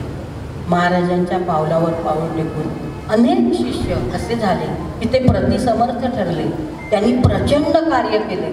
महाराजांचा एक शिष्य देव आंबलेदार यांच्याबद्दल 2-2, 3-3 तास बोललो तरी कमी पडेल, इतकं अफाट कार्य त्यांनी केलं. त्यांचे वंशज अजूनही ते कार्यरत आहेत. गोपाळबुवा केळकर त्यांची 5वी पिढी आहे. महाराजांच्या वेळेला जे सेवेकरी होते, आता सुंदराबाईंचे सुद्धा सख्खे पंटू, खापर पंटू ते पुण्यातच राहतात. सगळ्या भाऊ रसूल जे होते त्यांचे पंटू आहेत, ते मुंबईमध्ये राहतात. तर असा प्रकारचा शोध घेऊन सुंदराबाईंचं आडनाव काडगावकर होतं, इथपासून आम्हाला शोधायला लागलं. सुंदराबाई असंच म्हटलंय. तिचं आडनाव काडगावकर होतं. मग ती कुठची, तर काडगाव हे गाव कुठे आहे, तर बीड आणि उस्मानाबादच्या बॉर्डरवर आहे. काडगावला मी स्वतः जाऊन आले. तिथे 2-3 काडगावकर कुटुंब मला आढळली, पण ते म्हणले सुंदराबाईचे आम्ही वंशज नाही, आम्ही नाही ते. पण तुम्हाला सोलापूरमध्ये सुंदराबाईचे वंशज. सुंदराबाई बरोबर 1.5 वर्षाचा नातू होता. मला सारखी उत्सुकता, ह्या मुलाचं काय झालं असेल. हा 1.5 वर्षाचा नातू पुढे गेला. तो 1.5 वर्षाचा नातू, त्याचं जर तुम्ही कहाणी ऐकाल तर थक्क व्हाल. तो 1.5 वर्ष, त्यांचं नाव होतं श्रीनिवास काडगावकर. स्वातंत्र्य सैनिक होते ते वार लावून पुण्याला डेक्कन कॉलेजमधून मग त्या काळात ग्रॅज्युएट झाले आणि लोकमान्य टिळकांच्या प्रत्येक सभेमध्ये संपूर्ण वंदे मातरम ते गात असत आणि खाली बसत असत. कलकत्त्याच्या एका सभेचा 1908 सालचा फोटो आम्हाला त्यांचा सापडला. स्वातंत्र्य सैनिक होते. म्हणजे तो 1.5 वर्षाचा नातू सुद्धा केवढा मोठा झाला. महाराजांचा आशीर्वाद ज्याला मिळाला ना, त्याची थोरवी आणि त्याचं भाग्य आपण काय वर्णावं. तेव्हा महाराजांचा आशीर्वाद आपल्यालाही असाच मिळावा, अशा तऱ्हेने आपलं चांगलं वर्तन ठेवून प्रत्येक स्वामी भक्तांनी त्यांची कृपा कशी प्राप्त होईल याच्याकडे पाहावं. एवढं बोलून मी आता थांबते, कारण आता आपल्याला 11:30 वाजले. तर 1-2 गोष्टी तुम्हाला आणखी सांगते. तर यानंतर तुम्हाला सुखी जीवनाचा मूलमंत्र ज्ञानेश्वरी किंवा अन्य साधू संतांची काय शिकवण होती याच्यावरचं व्याख्यान तुम्ही सायली जोशीकडनं ऐकणार आहात. त्यानंतर आमचे लाटकर काका येतील, त्यांच्यामध्ये साक्षात स्वामींचा संचार होतो आणि स्वामी त्यांच्या मुखातून गेले 7 वर्ष बोलतात, तेही येणार आहेत. अनेक सामाजिक कार्य करणाऱ्या काही व्यक्तींचे सत्कार इथे होणार आहेत, ज्यांना स्वामींची कृपा प्राप्त व्हावी आणि उत्तरोत्तर त्यांनी अशाच प्रकारचं कार्य करावं, अशा मंडळींचा सत्कार आहे. त्यानंतर सुनील बैरागी म्हणून आहे, त्यांचंही एक योगशास्त्रावरचं व्याख्यान आहे. त्यानंतर थोडंसं भजन कीर्तन करून या समारंभाची सांगता होईल. त्याचं प्रथम पुष्प गुंफण्याचं भाग्य मला मिळालं. यासाठी मी सर्व आयोजकांचे, अभिषेक सरांचे, सगळ्यांचे आभार मानते. स्वामींच्या चरणी माझी सेवा आहे, ती मी उत्तरोत्तर कधीही मला बोलवा, मी येईल. मी मानधन बिंधन जास्ती घेत नाही, थोडंफार घेते, कारण मी महाराजांवर, आता महाराजांनी मला एकच ग्रंथ लिहायला सांगितलाय. महाराजांवर खूप लिखाण झालं. तुम्हाला जाता जाता छोट्या छोट्या गोष्टी सांगते. तुम्ही आता एक स्वामींची सिरियल पाहताय, आत्ता चालू आहे ती. मी तिचा एकच एपिसोड बघितला, पुढे मला म्हणजे बघवला नाही म्हणून मी बघितला नाही. सिरियलबद्दल मला काही बोलायचं नाही, पण त्याच्यामध्ये स्वामींचं काम करणारा मुलगा शिवहर शंकर नमामि शंकर शिवशंकर शंभो ये गिरिजापती भवानी शंकर शिवशंकर शंभो असं करत ते पद आहे, ध्रुवपद आहे. तो कसं म्हणतो ते तुम्ही ऐकता. परंतु गंमत अशी आहे, हे जे पद आहे हे पद नुसतं त्या एका ह्याचं ध्रुवपद आहे. सांगलीचे निर्मलानंद पटवर्धन म्हणून स्वामी समर्थ महाराजांनी 30 एप्रिल 1878ला देह ठेवला. तत्पूर्वी 8 दिवस ते अक्कलकोटला आले होते. ओझरडे म्हणून गाव आहे वाईजवळ, तिथले कुलकर्णी त्यांचे मित्र आणि हे निर्मलानंद पटवर्धन अक्कलकोटला आले. अक्कलकोटला ते आले त्यावेळेला महाराज नागणहळ्लीला होते. नागणहळ्ली हा गाव तिथून 7-8 किलोमीटरवर आहे. आजही तिथे गेलं तर चालता चालता आपल्या पायाखालून नाग आणि सर्प जातात आजही. तेव्हा तर भरपूर होते तिथे. आम्ही गेलो होतो, दिवसभर होतो, तेव्हा 10-12 नागांचं आम्हाला दर्शन घडलं. परंतु ते तुम्हाला दंश वगैरे करत नाहीत, जातात. पण ते नागांचंच गाव आहे नागणहळ्ली. आणि महाराज शेवटच्या 8 दिवस खूप आजारी होते. कुणाचं ऐकत नव्हते, त्यांच्या पोटात अन्न ठरत नव्हतं, इकडे जायचंय तिकडे जायचंय हे. आणि मग असं करत करत त्यांनी काय केलं, सुभेदार वाडा आहे त्याच्यासमोर एक मोठी कुंडी होती, म्हणजे ती 10-12 माणसांना उचलावी लागली, इतकी मोठी दगडी कुंडी होती. ती उचला म्हणाली, ते उचलली आणि इकडे तळ्यात आणून टाकायला सांगितली आणि स्वतः त्या पाण्यात उतरले. ती कुंडी 3 वेळा खालीवर खालीवर केली, गणपतीचं विसर्जन करताना आपण करतो ना तसं. आणि आम्हासही असेच जायचे आहे असं सांगत होते. म्हणजे निर्वाणाची सूचना देत होते. मध्ये मध्ये त्यांच्या डोळ्यातून अश्रू येत होते. शेवटी वय होतं की जो जन्माला आला त्याला जन्मता निश्चय मृत्यू. तसंच मानवी देह धारण केला होता, मृत्यू अटळ होता, देह सोडणं प्राप्त होतं. ती सुद्धा त्यांची एक लीलाच होती. परंतु आम्हाला उंच उंच जायचं आहे, आम्हाला ढगात जायचं आहे असं म्हणून ते नागणहळ्लीला चालत गेले 8 किलोमीटर. अंगात त्राण नसताना, ज्वर भरलेला असताना, पोटात अन्नाचा कण नसताना. म्हणून ते महायोगी. तिथे गेल्यानंतर त्यांनी दोन झाडांच्या फांद्या एकत्र करून त्याच्यावर झुला बांधायला सांगितला. आमचा बिछाना इकडे वर घाला म्हणून सांगितलं. त्यांनी तो कसा बसा तो बिछाना बांधला, त्याच्यावरच बसलेले होते. तोपर्यंत हे निर्मलानंद पटवर्धन एकदम सात्विक वृत्तीचा, गोरापात, छान मध्यम उंचीचा, अशा प्रकारचे ते देवी भक्त होते. आणि ते देवी भक्त असल्यामुळे देवीने त्यांना दृष्टांत दिला आणि त्यानुसार देवीने सांगितलं, सध्या आमचं वास्तव्य अक्कलकोटाच आहे. निर्मलानंद सांगलीहून त्या काळामध्ये महाराजांच्या दर्शनाला आले. ते नागणहळ्लीला गेले तसं कळल्यावर ते आणि त्यांचे मित्र ते काव्य त्यांनी लिहिलं होतं ते सगळं घेऊन नागणहळ्लीला आले. महाराज बिछाण्यावरून त्यांना बघितल्यावर लगेच खाली आल्यानंतर लगेच हातात घेऊन ती वही पाहिली. 4 अध्यायाचं मोठं काव्य आहे ते, भवानी शंकराचं देवीचं वर्णन करणारं. त्याचे 4 अध्याय आहे. आणि आपल्याला बघा, आपण काय होतं, एखादं गाणं टीव्हीवर लागतं, रेडिओवर लागतं, आपण ते पूर्ण गाणं म्हणत नाही, ध्रुपदच म्हणतो ना, तेच गुणगुणत राहतो. तसं शिवहर शंकर नमामि शंकर शिवशंकर शंभो ये गिरिजापती भवानी शंकर शिवशंकर शंभो. एवढं त्यांच्या ते लक्षात राहिलं, त्यांना ते खूप आवडलं आणि शेवटच्या 8 दिवस ते म्हणत होते. सुरुवातीपासून 22 वर्षात नव्हे. अशा खूप गोष्टी आहेत की जे संशोधन केलं नाही, तेवढं लिहिलं गेलं नाही. ते 4 अध्यायी काव्य आहे हेही कोणाला माहिती नाही. तसेच पुण्यातलेच गोपालगुरू चितळे, ज्यांचं नावही तुम्हाला माहिती नाही, ते गोपालगुरू चितळे काँग्रेस भवनच्या मागे त्यांचा मोठा वाडा होता, देवी भक्त होते. त्यांनाही असेच दृष्टांत व्हायचे की सध्या माझं वास्तव्य अक्कलकोटास आहे, तू अक्कलकोटास ये. परंतु ते थोडं दुर्लक्ष करायचे. एकदा असं झालं, त्यांना भयंकर ताप आला आणि महाराज त्यांच्या समोर स्वप्नात उभे राहिले आणि म्हणले, शिव्यांची लाकोली वाहिली आणि तुला सांगितलंय, तू अजून इकडे येत नाहीस असं सांगितलं. मग ते म्हणले येतो आता उद्या निघतो. पुण्याहून निघाले, मजल दर मजल करत गेले. ते सुद्धा अक्कलकोटला स्वामी कुठे आहेत ते विचारलं नाही त्यांनी. आईसाहेबांचं जे मंदिर आहे महालक्ष्मीचं, तिथे जाऊन बसले. आणि तिथे जाऊन बसले 2-3 दिवस ते तिथेच बसलेले होते गाभाऱ्यामध्ये. पुजारी यायचा, पूजा बिजा करायचा, कुलूप घालून निघून जायचा, कारण ते तसं खाजगी मंदिर आहे. आणि 3-4 दिवस झाल्यानंतर महाराज म्हणले ते देवीचं डोकं धरून बसलाय ना, त्याची तळ्याला घेऊन या. हे पुजारी धावत धावत गेले महालक्ष्मीच्या मंदिरात. तो पुजारी पूजा करून म्हणजे कुलूपच घालत होता. ते म्हणले महाराजांनी सांगितले देवीचं डोकं धरून. म्हणजे डोकं धरून कोण नाही, आत कोणी नाही, मी आता पूजा केली आणि बाहेर चाललो. नाही म्हणले उघडा, महाराजांनी सांगितलंय म्हणजे असलं पाहिजे. त्यांनी दार उघडलं आणि गाभाऱ्यात आले. तर हे गोपाल गुरु चितळे 4 दिवस काही अन्न नाही, पाणी नाही, असे कृश होते एकदम. देवीच्या पायाशी मस्तक ठेवून झोपलेले होते. तो पुजारी म्हणाला की मलाही दिसलेच नाहीत मी 3-4 दिवसात काही. मग त्यांना असं उचलून हाताची पालखी करून सेवेकऱ्यांनी महाराजांच्या पुढे आणून ठेवलं. आणि महाराज त्यांना काहीच बोलले नाही, कारण महाराज तुम्हाला मी सांगितलं त्रिकाल ज्ञानी होते. तो भक्त, त्याचे वकूफ काय, त्याची कुवत काय ते जाणून होते. त्यांच्या डोक्यावरून हे केलं आणि म्हणले त्यांना पहिल्यांदा स्नान घाला आणि त्यांना उग्रास भोजन द्या, नंतर आपण बोलू.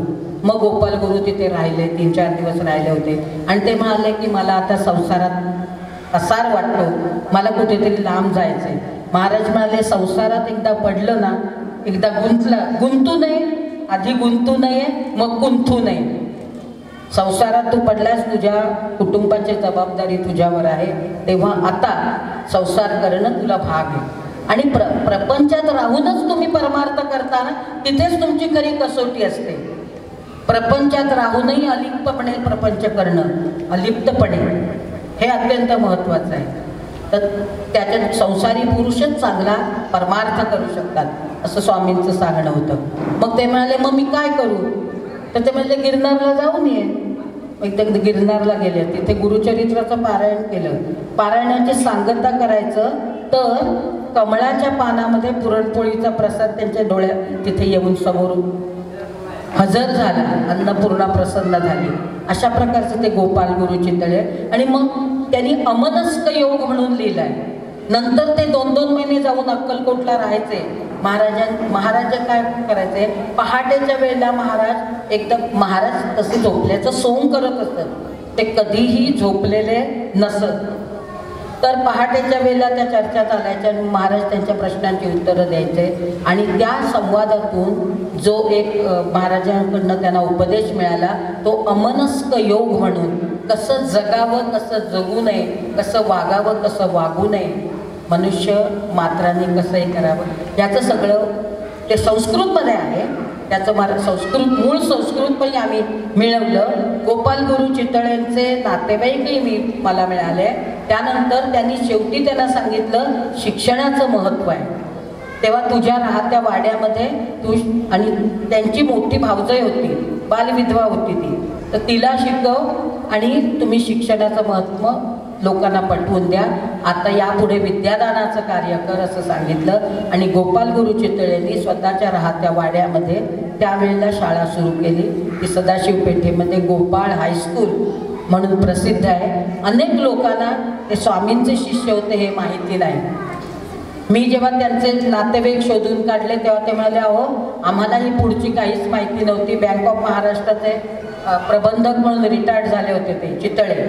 आणि मग ते मला म्हणाले चला तुम्ही मला, ते मी म्हटलं मी कशाला जायला पाहिजे, तुमच्या पणजोबांनी काढलेले आहे, तुम्ही स्वतःच जा. पोहेकर सर तिथे मुख्याध्यापक आहेत, तुमचं स्वागत करतील. आणि ते पोहेकर सर म्हणाले अहो आम्ही किती वर्ष शोध घेतोय, हे गोपाळचे गुरु चितळे यांचं कोण नातेवाईक आहेत का? चितळे मिठाईवाल्यांना विचारलं, ते म्हणले नाही नाही आमच्यापैकी कोणी गोपाल गुरु नव्हते. मग ते आले. मग आता शाळेमध्ये कुठचाही समारंभ असला की त्यांना बोलवतात गोपाल गुरूंचे वंशज म्हणून. त्यांनी गेल्या पहिल्यांदा 1 लाख रुपये दिले शाळेला. शाळेत काही डागडुजी करायची असेल तर हे आमच्यातर्फे हे असं. तर असं एक शोधून काढणं. आता आळंदीचं नृसिंह सरस्वती, बऱ्याच वेळेला असं होतं की आळंदीच्या नृसिंह सरस्वतीला स्वामींनी सांगितलं केव रंडी नाही छोडी. बऱ्याच लोकांना वाटतं ते सिद्धीच्या मागे लागले होते. ते सिद्धीच्या मागे वगैरे लागलेले नव्हते, महासिद्ध होते. आळंदीचे नृसिंह सरस्वती एका ठिकाणी गेले होते पुडीसाठी म्हणून. त्या बाईने काय झालं, त्यांना जायला उशीर झाला म्हणून तिथं जेवण संपलं. महाराजांना काय म्हणाले, थांबा तुम्ही अर्धा तास, मी तुम्हाला छान जेवण करून वाढते. आणि वाड्यामध्ये बाजूला एक मोठी खोली होती जिथे गवताचा कडबा ठेवायला जायचा. तिथे त्यांना दाखवलं, इथे तुम्ही विश्रांती घ्या, मी जेवण करतेस. ते स्वयंपाक सगळा केला अर्धा पाऊण तासात. आणि बघायला आली तर ते गायब. काय झालं, कडब्याची खोली झाली होती रिकामी. ती ऑर्डर दिली होती त्याप्रमाणे बैलगाड्या आल्या, त्यांनी पेंढे रचले आणि ती खोली भरून गेली. ही बाई बघायला गेली, कडब्याने भरली खोली. त्यांना विचारलं की तुम्हाला कोणी मनुष्य दिसला नाही का इथे? एक महाराज आले होते, ते बसले होते. नाही म्हणले, कोणी ह्याच्यात कोणीच नव्हतं, खोलीमध्ये कोणीच नव्हतं. मग म्हणाले काय आता एक फिरत असतात, गेले असतील निघून. नंतर 6-7 महिन्यांनी काय झालं, तो कडबा थोडा थोडा थोडा थोडा करून जनावरांना घालून जेव्हा अगदी कोपऱ्यापर्यंत आले, शेवटची पेंढी उचलली, नरसिंह सरस्वती तिथे बसले आणि म्हणले जेवण तयार झालं का? वाढा, खूप भूक लागली. असे होते नरसिंह सरस्वती. त्यांना रंडी घेऊन छोडी असं स्वामींनी जे विचारलं. अण्णांताई पटवर्धनांनी त्याचा अर्थ सांगितला की संस्कृतमध्ये बोलत असत ते.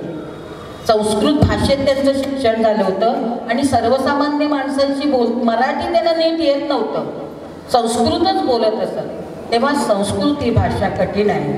ज्ञानेश्वरांनी सुद्धा ज्ञानेश्वरी का लिहिली? मूळ गीता आहे, संस्कृतमध्ये आहे, प्राकृत लोकांना ती कळावी, आपले सामान्य माणसाला, म्हणून ती लिहिली ना सोप्यात सोपी म्हणून. म्हणजे ज्ञानेश्वरांना वाटतं आपण सोप्यात सोपं लिहिलं, पण आपल्याला तो अभ्यास करताना 10 माणसांचं गायडन्स घ्यावा लागतो की ह्याचा अर्थ काय आणि त्याचा अर्थ काय. तर त्यामुळे संस्कृतमध्ये ते प्रवचन पण संस्कृतमध्ये करत, लोक ऐकायला बसत पण कळत नसे, म्हणून त्यांना संस्कृत भाषा नको, तू मराठीमध्ये बोल असं महाराजांनी सांगितलं होतं. त्यानंतर नृसिंह सरस्वती मराठीतून शिकून प्रवचन करायला लागले, इतके तकबीत झाले. आणि आळंदीलाच त्यांचे ज्ञानेश्वरांच्या समाधीच्या समोर प्रवचनं व्हायची. मग त्यांचा प्रवचनामध्ये मराठी भाषेमध्ये हात धरणारा कोणी नव्हता, इतके साक्षात्कारी होते ते. बऱ्याच वेळेला काय होतं, आळंदीचे नृसिंह सरस्वती हे स्वामींचे शिष्य होते असं लोक म्हणतात. ते शिष्य नव्हते, समकालीन होते. माणिक प्रभू स्वामींचे शिष्य नव्हते. शिष्य म्हणजे काय हे आपण लक्षात घेत नाही आणि चरित्रकार लिहितात. आणि नृसिंह सरस्वतींचे जे हजारो भक्त आहेत त्यांना मग ते वाईट वाटतं.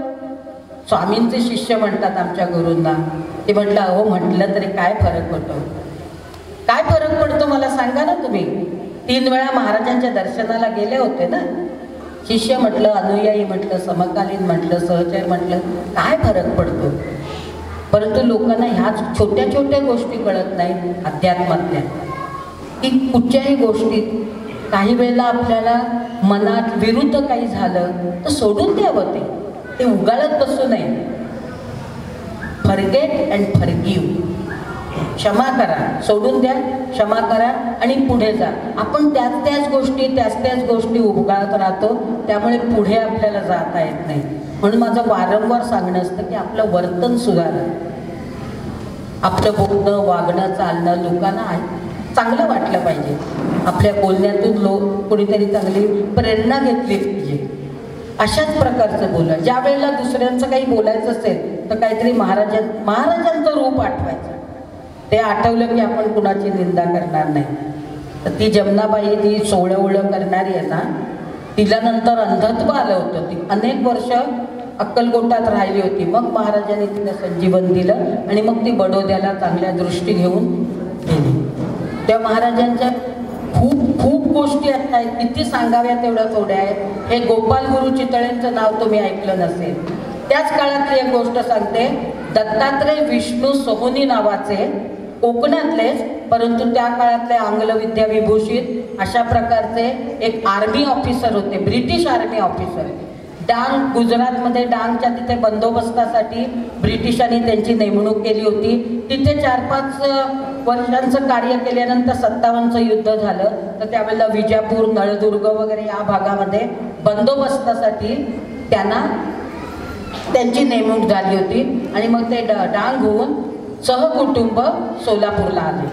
सोलापूरला आल्यानंतर त्यांच्या असं लक्षात आलं की त्यांनी कोणीतरी सांगितलं की ते स्वामी समर्थ नावाचे सत्पुरुष आहेत वगैरे. स्वामी तेव्हा नुकतेच आले होते, 2-4 वर्ष झाली होती, 2च वर्ष झाली होती, परंतु त्यांची कीर्ती मात्र लगेच सगळीकडे कानाकोपऱ्यात पसरली. कारण महाराजांचं व्यक्तिमत्वच असं होतं की हा सत्पुरुष आहे बरं, याला नमस्कार करा असं सांगावं लागत नसे, अशी त्यांची जरब होती, असा त्यांचा देह होता. त्यांना कुणाकडनं नमस्काराची अपेक्षा नव्हती, ही गोष्ट वेगळी.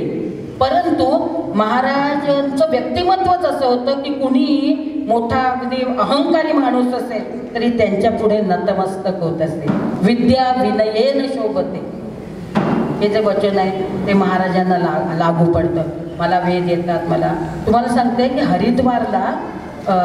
हरिद्वारचे ब्राह्मण महाराजांची चेष्टा करायचे. एकदा असेच बसले होते आणि कुठच्या तरी संहितेचा सहाकार वगैरे होता आणि महाराज कोणाशीही बोलायचे, कुणाकडेही खायचे. तर त्यामुळे ते म्हणाले, बघितलं तर वाटतं एखादा विद्वान ब्राह्मण असावा, परंतु याचं वर्तन बरोबर नाही. संन्यासी म्हणावा तर संन्यास धर्मासारखं काही वागत नाही. आता दंड नाही, कमंडलू नाही, काही नाही असं आपल्याला मनाला येईल तसं ते बोलत असत. महाराज आपलं शांतपणे ऐकायचे. आणि मग एकदा असं झालं की तिथे त्या गंगेवर त्यांचं ते एका वेदाचं निरूपण वगैरे चालू होतं. हातात सगळे वेद घेऊन बसले होते आणि मग आरोह अवरोहासह त्यांच्या त्या वेदातल्या रुच्या त्यांनी पठण सुरू केले. त्याच्यातले बरेचसे लोक चुकत होते, त्यांचं आघात प्रतिघात बरोबर होत नव्हते. मग पाठून महाराजांनी सिंहगर्जना व्हावी तशा प्रकारचं त्या हातात पुस्तक न घेता वेदाध्ययन केलं आणि असं 4 दिवस चालू होतं ते सगळे त्यांच्या. आणि त्यांच्याबरोबर म्हणता यांनाही दम लागत होता. अशा प्रकारचं म्हणजे सगळे नतमस्तक झाले. मी म्हणते की एवढी साधी गोष्ट ही सामान्य माणसाला कळू नये का, की त्याची परीक्षाच घ्यायची, त्या सगळं घ्यायचं आणि मग सरेंडर, आमचं चुकलं असं म्हणायचं कशाला. आणि एखादा संन्यासी असेल, तो संन्यासी आहे का काय आहे, तुम्हाला करायचं काय. महाराज कोणाकडे काही मागत नव्हते, त्यांनी कधी कोणाकडे मागितलं नाही. मग त्यांच्याबद्दलची चेष्टा करण्याचे आणि हे करण्याचा तुम्हाला काही अधिकार नाही. कुणाची चेष्टा करू नये. गिरनार पर्वतावर तुम्ही चढत असताना अनेक संन्यासी तुम्हाला तिथे भेटतात. तो काय आहे, त्याची काय तपश्चर्या आहे हे आपल्याला माहीत नसतं. मग चेष्टा करू नये. कारण आपण साधू संतांना ओळखण्याची क्षमता आपली नाही. मग एखादा फकीर दिसला, नमस्कार करायचा पुढे, नुसता नमस्कार करण्यात तुमचं काय जातं. पण चेष्टा करण्यामुळे बरंच नुकसान होतं, ते तुम्हाला कळत नाही. त्याची चेष्टा केल्यामुळे कळत नकळत तुम्हाला पाप लागतं, ते आपल्या लक्षात येत नाही. म्हणून कुणाची चेष्टा करू नये, एखाद्याच्या व्यंगावर बोट ठेवू नये. चोळप्पाचा मुलगा कृष्णप्पा एकदम असा धडाडीचा होता, जास्त शिक्षण झालं नव्हतं. चोळप्पा लवकर गेला, मुलांची आबाळ होती. चोळप्पा, त्याची बायको, त्याची सासू, सगळ्यांवर महाराजांचं प्रेम होतं. आणि त्या ह्याच्यातून जुन्या राजवाड्यातून रोजचा शिधा रोख रक्कम महाराजांच्या सेवेसाठी म्हणून चोळप्पाला मिळत असे. चोळप्पाच्या पश्चात तो कृष्णप्पा घ्यायला जायचा आणि चांगले कपडे घालून जायचा. शिक्षण जास्ती नव्हतं, त्याला सहीही करता येत नसे. एकदा माधवराव विंचुरकर, अक्कलकोटचे रिजंट, ते तिथे बसले होते आणि हा कृष्णप्पा आला आणि म्हणाले, आले, सही करता येत नाही आणि पैसे घ्यायला आले. महाराज तिथेच बसले होते. महाराजांनी माधवराव विंचुरकरांवर शिव्यांची अक्षरशः दाखवली पाहिजे आणि म्हणले, तू काय केलंस, ते तेल विकूनच पैसा जमा केला असता. त्यांच्या सगळ्या 5 पिढ्यांनी काय केलं हे सगळा पाढा वाचला आणि म्हणले, त्यास काही बोलू नकोस, असं कुणास बोलू नये असं म्हणून ताड पावलं टाकत तिथे निघून गेले. माधवराव विंचुरकरांनी स्पष्ट म्हटलं की त्यानंतर चांगलं सुद्धा बोलायचं मी सोडून दिलं. चांगलं नाही, वाईट नाही, कोणाबद्दल काही बोलायचंच नाही. कारण महाराजांचा तो चेहरा आणि त्यांचा तो तळतळाट पाहिला आणि म्हणाले, मला कोणाबद्दल काही बोलायची अशी वेळ आली की मला ते आठवतं आणि मी आपल्या चिडी चूप होतो. अक्कलकोटचे रिजंट होते. त्याच माधवरावांच्या मांडीवर एक पांढरा कुष्ठाचा डाग आला. घाबरले ते महाराजांकडे आले. त्यांच्या हातामध्ये हिऱ्याची अंगठी होती, लाखो रुपये किमतीची त्या काळात. म्हणजे ते काढून फेकून दे, तुझं हे बरं होईल. माधवरावने क्षणाचाही विचार केला नाही, ती अंगठी काढून टाकली, महाराजांच्या चरणी ठेवली. महाराजांनी उचलली, चोळप्पाच्या हातात दिली. चोळप्पाला आलिशान ब्रह्मानंद गुहा बांधायची होती ना, की त्या माधवराव विंचुरकरांच्या अंगठीतून साकार झाला तो मठ. नंतर अन्य लोकांनी दिली, त्यांनी गुहा तयार करून ठेवली. ती 6 महिने आधी चोळप्पा गेला, मग बघायची. तेव्हा महाराजांच्या गोष्टी जितक्या सांगाव्या तेवढ्या ह्या आहेत. कितीतरी गोष्टी आहेत. त्यात आर्मी ऑफिसर जे तुम्हाला सोहोनी सांगितलं, तर ते सोहोनी एकदा ते म्हणले असंच जाण्यापेक्षा बंदोबस्ताच्या कामासाठी म्हणून एक मोठी फलटण घेऊन ते अक्कलकोटला आले. आता अक्कलकोटला जी थोरली वेस होती, त्या थोरल्या वेशीच्या जवळ एका झाडाखाली महाराज आपले झोपलेले होते. हे इंग्रजांची ती ह्याची वर्दी, टोपी बिपी असं, आणि एकदम त्यावेळेला तरुण होते ते 30-35 वर्षाचे. अशा प्रकारचा माणूस येताना दिसल्यानंतर महाराजांनी अंतर्ज्ञानाने हे कोण आहेत काय आहेत सगळं स्कॅनिंग करून त्यांना सगळं माहिती होतं. आणि ते असे समोर आले. समोर आल्यावर त्यांनी महाराजांकडे बघितलं तेव्हा ते सुज्ञ असल्यामुळे हेच ते स्वामी समर्थ महाराज असावे, कारण सगळं वर्णन, कपडे घालत नाहीत, दिगंबर असतात वगैरे सगळं ऐकलं होतं ना, तेच असावे असं म्हणून ते महाराजांकडे बघत होते. महाराजांनी पहिलं त्याला घोड्यावरून खाली उतरवलं. आणि घोड्यावरून खाली उतरल्यानंतर ते आले, त्याने महाराजांना नमस्कार केला. आणि मग ते महाराजांनी त्याला ब्राह्मण म्हणजे काय, ब्राह्मणांचं कर्तव्य काय, आणि आज ब्रिटिशांच्या गुलामगिरीने जनता इतकी त्रस्त झाली आहे, जनतेचं, हिंदू जनतेचं हाल कुत्रा काही ना, आणि त्याच ब्रिटिशांची तू चाकरी करतोस. गुलामगिरीची ही पहिली वस्त्र पहिली फेकून दे असं सांगितलं. आणि त्यांच्या हाताला धरून अक्षरशः त्यांना फरफट नव्या विहिरीपर्यंत आणलं. आता ते सोहोनी एका नेत्रकटाक्षात त्यांचं सगळं मतपरिवर्तन करून टाकलं. आणि पण प्रसंगावधान राखत त्यांनी जी पलटण बरोबर आणली होती त्या त्यांना अबाउट करून सोलापूरला परत पाठवलं. ते म्हणले आता काय आपलं काय खरं नाही, जा तुम्ही. परत जायला सांगितलं.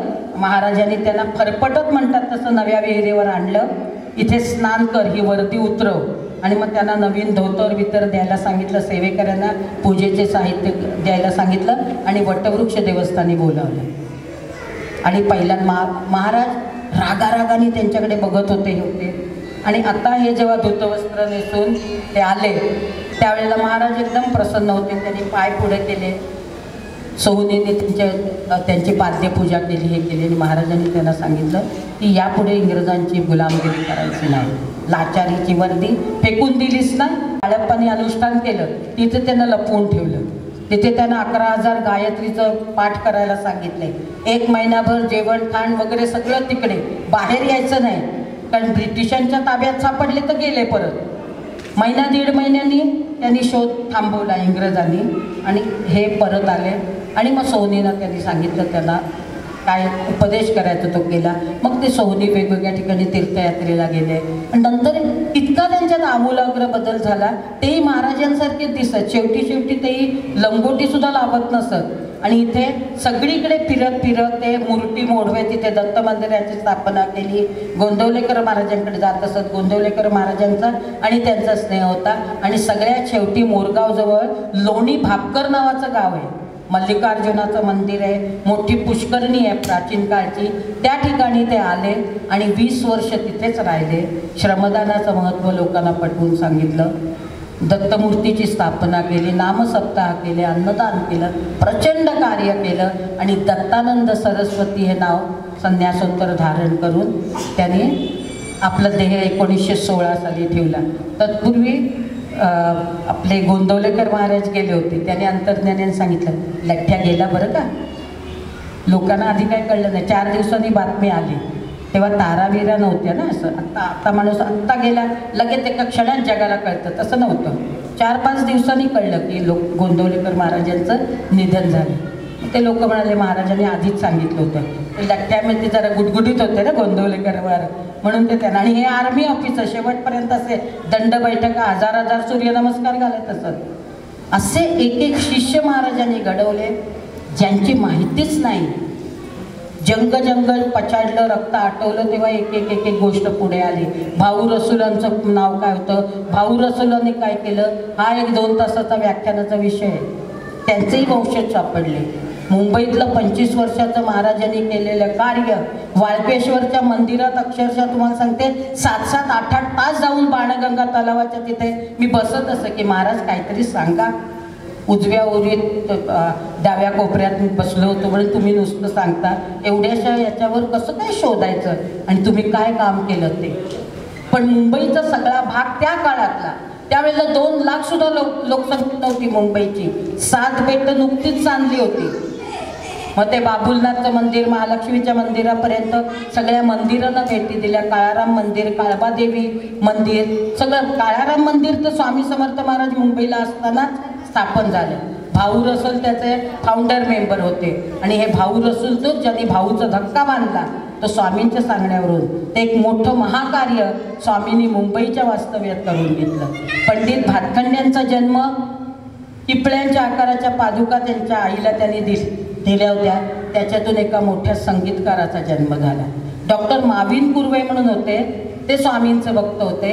तर त्यांचे नातू ब्रह्मानंद माविन कुर्वे, तर ते घरामध्ये त्यांना 3-4 मुली होत्या. स्वामींच्या पादुकांची पूजा करणारं कोणी नव्हतं म्हणून 1878ला स्वामी गेले. 1978ला जो शताब्दी समारंभ झाला पुण्यतिथी, त्याच्यामध्ये त्यांनी त्या चांदीचं आवरण करून मुंबई वास्तव्यात स्वामींनी दिलेल्या पादुका गुरुमंदिरात अर्पण केल्या. गुरुमंदिरात तुम्ही गेलात तर काचेच्या पेटीमध्ये तुम्हाला त्या पादुका आजही पाहायला मिळतात. त्या डॉक्टर माविन कुर्वे. अशा 3 कुटुंबांचा आम्हाला शोध लागला. त्याची जास्तीत जास्त माहिती मिळवली. मोहोळला कुठे होते, जतला होते. जतचे डफळे सरकार, जत ह्या भागामध्ये खोंड म्हणजे बैल, उत्तम प्रतीचे बैल मिळतात. तर त्यांनी एक उत्तम बैल जोडी आणि बैलगाडा तयार करून स्वामींना अर्पण केला होता. आणि स्वामींना म्हणजे अक्कलकोटमध्ये फिरण्यासाठी स्वामी त्या बैलगाडीत बसून अक्कलकोटमध्ये फिरत असत. तर त्यांचे वंशज मला सापडले. त्यांनी सांगितलं एक बैलगाडी दिली होती असं. प्रत्येक संस्थानिक स्वामींच्या पायाशी शरण होता. स्वामी देशाला स्वातंत्र्य मिळवण्यासाठी रात्रंदिवस झटले. अनेक क्रांतिकारकांना अभय दिलं. परंतु काय, ते सगळं निमूटपणे चालू होतं. मी हे केलं, मी ते केलं. आपण काय करतो, काही करायच्या आधीच केवढा डांगोरा, करायच्या आधीच. परंतु महाराजांसारखे महात्मे इतकं प्रचंड कार्य करूनही नामानिराळे राहतात. त्याचं कर्तृत्व आपल्याकडे घेत नाहीत म्हणून त्यांना महात्मा म्हणायचं.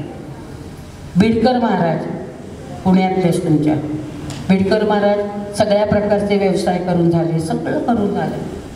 त्यांना शेवटी अशी उपलब्धी झाली, तो नको तो पैसा, काहीही नको, प्रसिद्धी नको, आपल्याला आता मनःशांती मिळाली पाहिजे.